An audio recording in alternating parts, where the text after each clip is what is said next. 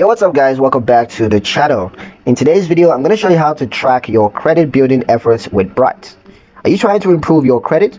Bright helps you to monitor your progress so you stay motivated and on track. Here's how to do it. First, open the Bright app and then tap on the credit tab at the bottom of the screen. Right at the top you're going to see your current credit score updated regularly from trusted credit bureaus. Scroll down to view your credit building timeline, a visual summary of your score's ups and downs over time. Under that, you can explore your key credit factors like payment history, credit utilization, and age account.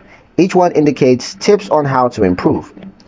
Next, tap on credit goals to set a target score and let Bright guide you with action steps, like paying bills on time or reducing balances.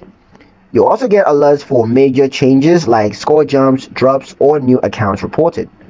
Bright makes it easy to understand the why behind your score so that you can take the right steps moving forward.